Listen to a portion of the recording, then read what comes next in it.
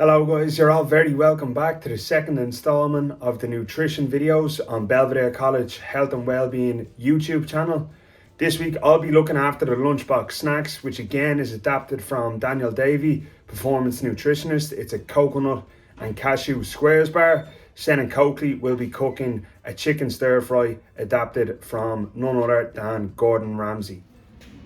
Welcome back guys. So today on the Belvedere College Health and Wellbeing Nutrition Program, I'm going to be cooking or making coconut cashew squares, followed by our 6th-year nutrition prefect Sen and Coakley, who will be making a chicken stir fry after. So first off, starting with the coconut cashew squares, sticking with the same theme where we've got one sort of lunchbox snack, then the other one is a more substantial meal. What we need for our coconut cashew squares: 125 grams of jumbo porridge oats. It would help if I could spell it right. We're going to need 3 tablespoons of peanut butter.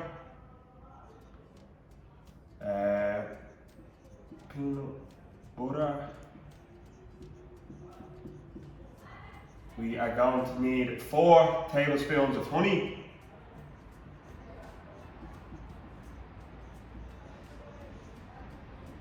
We're going to need 150 grams of raw unsalted cashew nuts.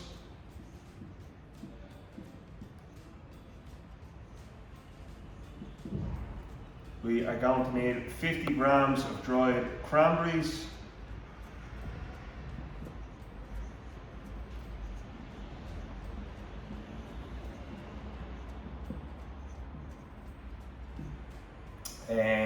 What do we need? 75 grams of coconut flakes.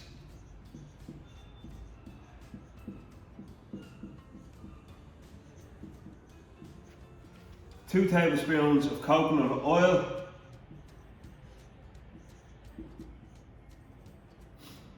And 1 teaspoon vanilla essence. Go light on that because it is very overpowering, so make sure you just stick to the teaspoon. Vanilla essence with an E. And then finally you need 3 tablespoons of chia seeds, linseed, flaxseed, any of them seeds. I've got linseed there today, so chia, flax, linseed, any of those seeds that are high in our omega-3 fatty acids is what we're looking for. Okay, or a linseed. So I'll leave that there for a second. You can take a screenshot. All the directions and ingredients will be in the description of the video anyway, so you can pull that from there. Okay, so first off, starting with the dry ingredients, we've got our cashew nuts. I'm going to just chop these up.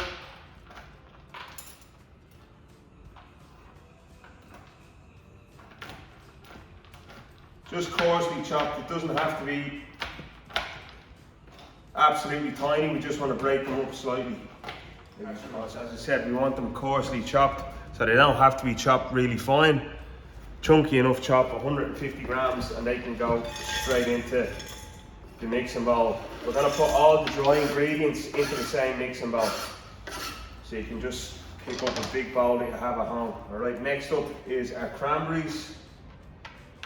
So we've only got 50 grams of these, so just to try and spread them out a little bit more in the bars, we're going to give them a little chop as well.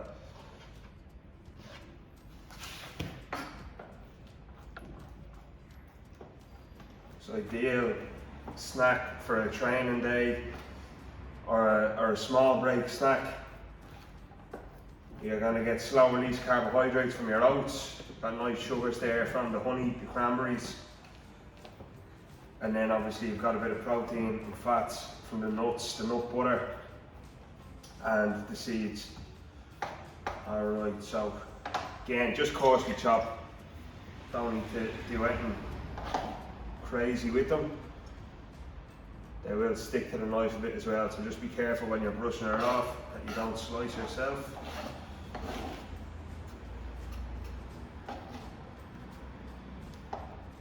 Okay, the oats I have weighed out already.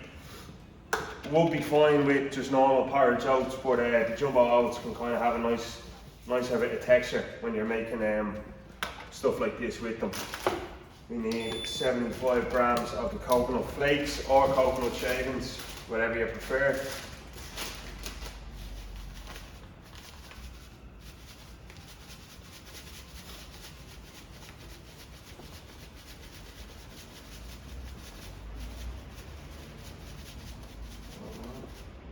Alright, 75, lovely. Okay, and then 3 tablespoons of our seeds. This is just milled linseed that we have here, but whole linseed, whole flax seeds, whole chia seeds, be absolutely fine as well. A really good source of omega-3, which is one of the essential fatty acids, essential because we can't make it in our body, so you've got to get it from your diet. Alright, so any of them, chia, flax, linseed, would be a lovely addition to these bars, whether they're whole or whether they're milled, so almost like chopped up. Again, it doesn't matter, it's just personal preference to the texture that you want to get out of your bars.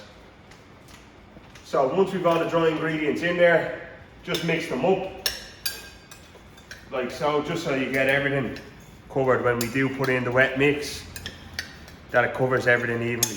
Alright, so just mixing up the dry ingredients, keeping it in the bowl.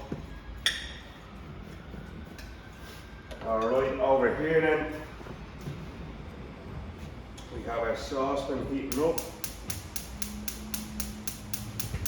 Yeah, lovely. Okay, so in here, we've got the coconut oil going in, the peanut butter, vanilla essence. Remember, just stick to that teaspoon, our honey, and that is it.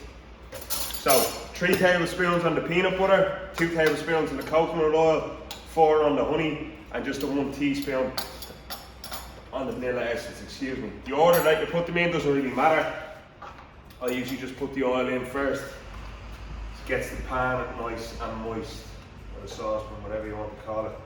You won't lose sleep over that. So 2 tablespoons of that. We'll just keep them spoons and reuse them because we'll be mixing all that mixture together. So that is what I use them for. Go with the vanilla essence next. Remember, just a 1 teaspoon of this because it is quite strong. A lovely flavour, but if you go ham on it, it is quite an overpowering flavour as well. It can be very sweet. Alright, with our honey, 4 tablespoons. 1, 2, 3, and 4.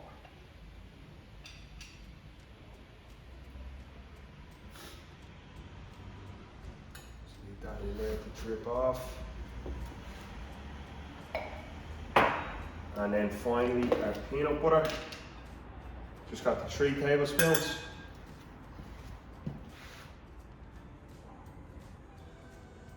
1. And strictly, as with the last protein balls that we've done, doesn't necessarily have to be peanut butter. If you prefer a cashew butter or an almond butter, that is absolutely fine too. 3, lovely. Just one ingredient that we did forget was the cinnamon. That'll go into our mixture, our wet mixture that we're heating up on the hob at the minute. So 1 tablespoon of cinnamon as well.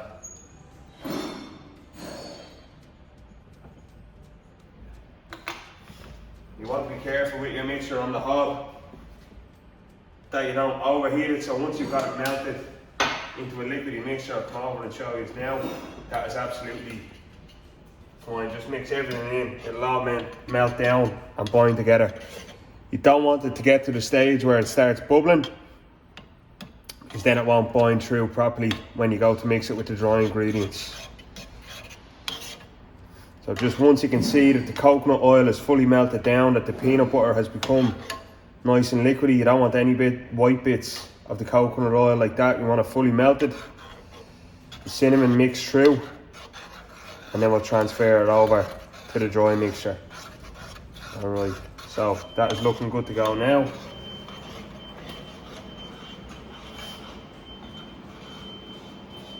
Flick off our heat.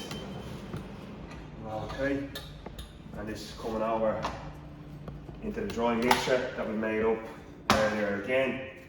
That's why it's important that you make sure you've mixed everything together here with the dry ingredients, so that when you go to pour it in the wet mixture, you get a nice even spread.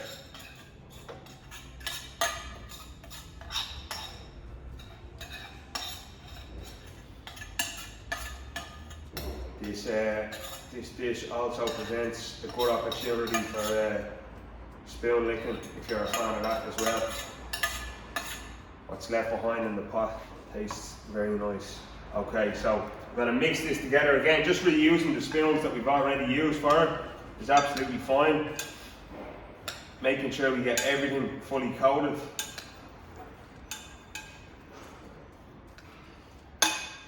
So all the dry ingredients, we want to get a good bit of coverage on them, so that when we go to make them into the bars, that they all bind together nicely. When we leave this set, we want to leave it set in the fridge for at least 2 hours. Okay, and the strength of it binding together will be dependent on how hard we all press it down in the baking tray. Now I'll go through that just in a second. Baking tray you can line with tin foil or greaseproof paper. Either or work perfectly fine.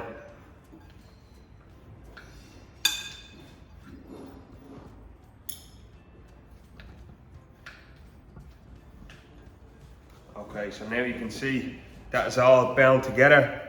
We've got all the ingredients covered with the wet mixture, so that is now ready to be lined into our baking tray.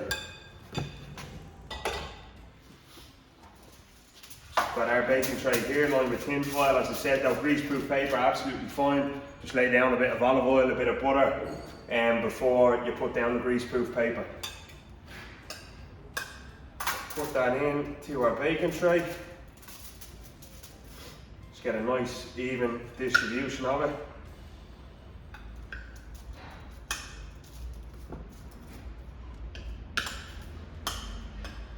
Now, key with this is to make sure that it does bind together properly. We've got to make sure that we do put a bit of force into actually pressing it down. So I usually start off with a utensil, spatula, spoon, whatever you have, something that you can really press it down with. Get a level, even spread. If we don't press it down too hard enough, what will happen is that it won't set properly and you'll get the bars breaking apart when you do eventually go to take it out of the fridge and cut it up.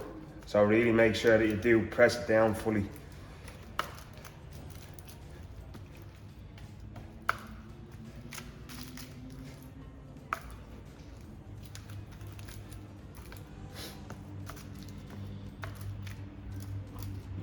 All the edges as well, they're the parts that usually break on you when you go to cut it. Just make sure you've then pressed down properly.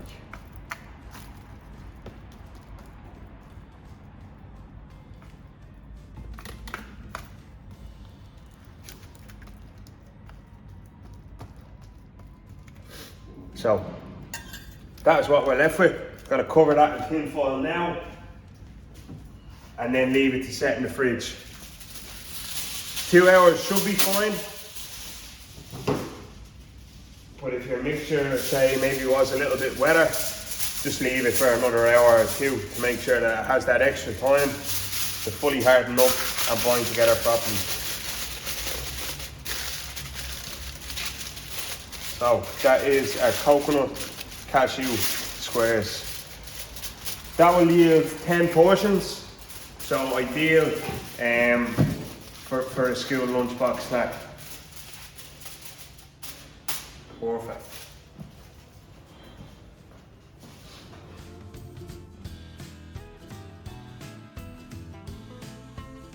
Welcome back to the nutrition program. Today we're going to be cooking a chicken stir fry. So you don't need too much ingredients. just 2 chicken breasts, your main source of protein in the meal. Your eggs, which will go with your noodles. 3 garlic cloves just to add a bit of flavour as well to the chicken. Tenderstem broccoli for your micronutrients. Obviously your noodles again, they're going to be your main source of carbs. Some people like noodles, some people like rice in the stir fry, it's up to you, like you can add whatever you want.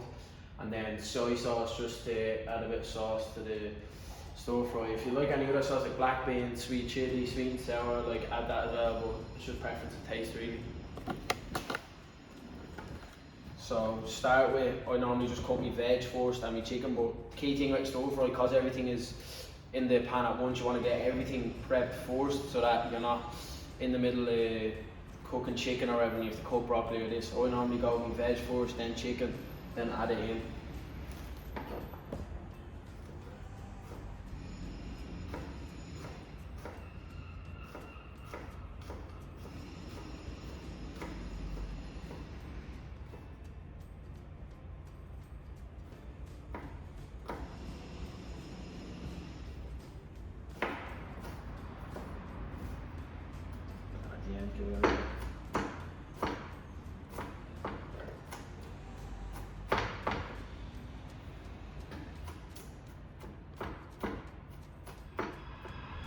So after just chopping up the vegetables and the chicken, make sure when you're cutting up the chicken as well, you butterfly it first so it's thin.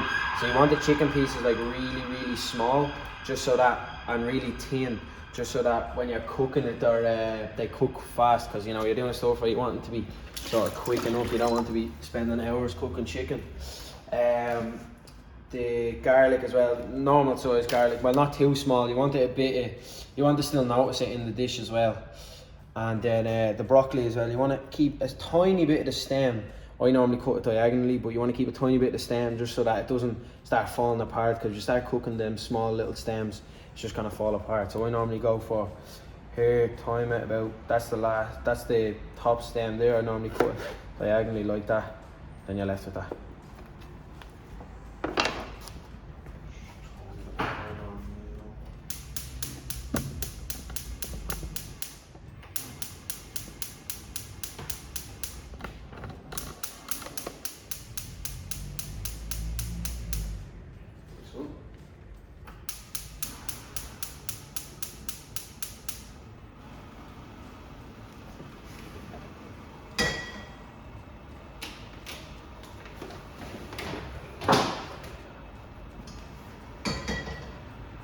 You want the pan on sort of medium to high heat. You want to heat up a good bit, just so that everything is getting cooked quite fast with a stir fry.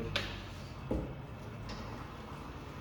put your oil in, make sure it's all the way around the edges as well, because I normally use the wok to sort of flick the stuff a bit as well, so you don't want to get stuck on the edges.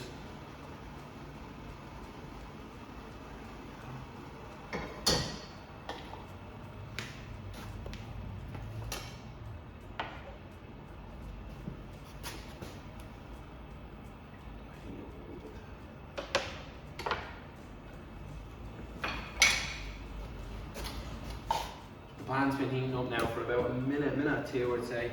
So I'm just going to throw my chicken in there real quick. Make sure you use the back of the knife so it's not scraping too much. Straight in. Get that down.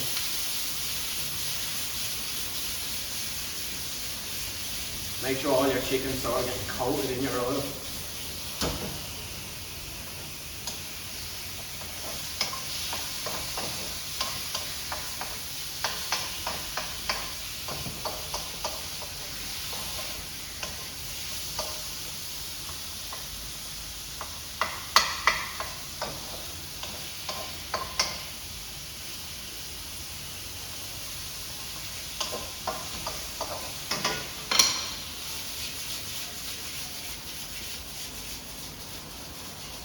And your chicken gets just white, but you can still see a bit of pink in it as well. That's when I start to throw in my garlic and salt and pepper. Garlic there.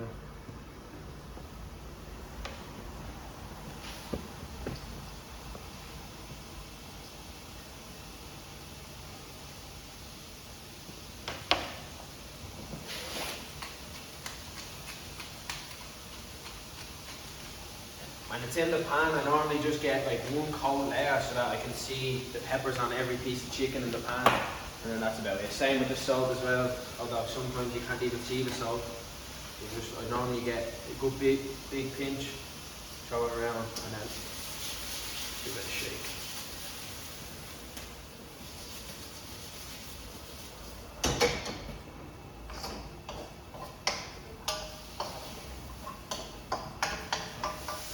The chicken's been cooking at a high heat there for about, I would say 5 minutes, just a little bit under. So when you see it just about starting to brown around the edges, the chicken, you can see here a bit. Then I throw my broccoli in. You throw your broccoli in raw, it just adds a bit of crunch to the meal.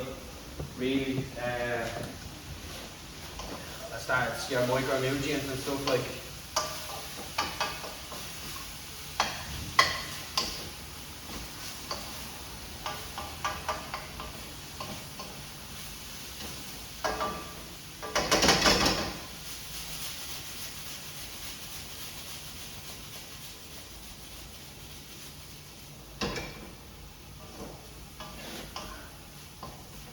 You don't want to like overcook your broccoli. I normally just put it in and try and cover basically the broccoli with the oil around the chicken and the garlic, and then once it's sort of cooked enough, I'll put the soy sauce in.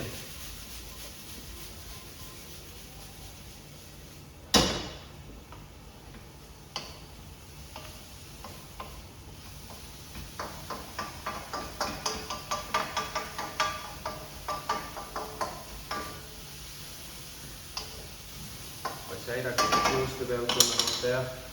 Add your soy sauce into the meal, give it a bit of colour and also a bit of flavour as well. Put a small bit in.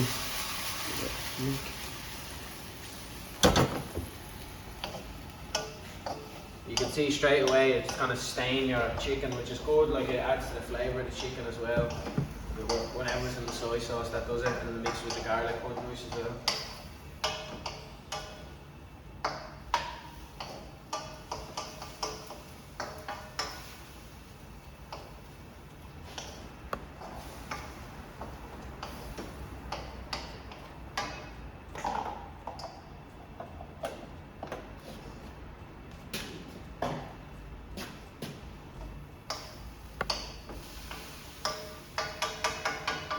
Once the soy sauce has been in for a few seconds, pour your contents of the pan into a bowl, onto a plate, whatever, just anywhere out of the pan really.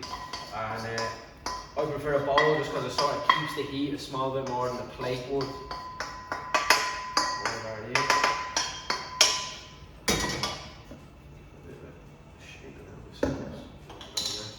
So as soon as you take that out, just wipe your pan, clear out any sort of contents. Right, so nothing really left in the pan.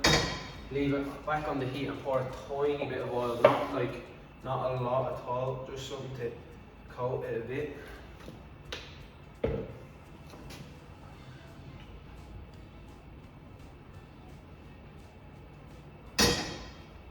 In here I just have 2 eggs whisked, done before, and throw that straight in. Make sure as soon as you throw it in you're mixing it, because you don't want the eggs to scramble straight away, or you don't want to make a fried scrambled egg, or you want to store it so that there's bits of egg all around it. As soon as your egg is stored, you're going to throw your noodles straight in afterwards. So I normally open the noodles and have them ready before I throw them in.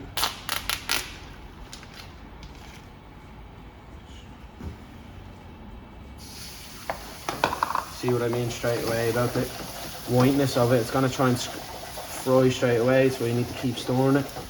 Get it scrambled.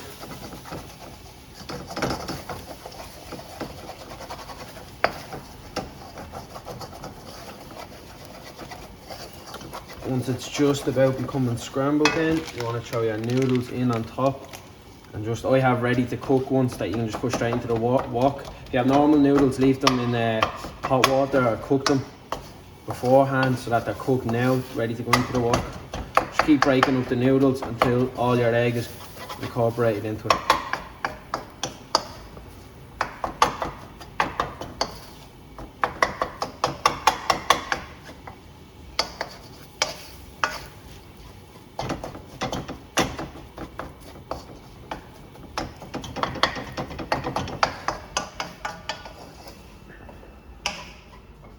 your eggs incorporated with your noodles. Go back to what you had in the bowl from earlier that I took out of the pan. And go straight in on top. Again, mixing all your ingredients together.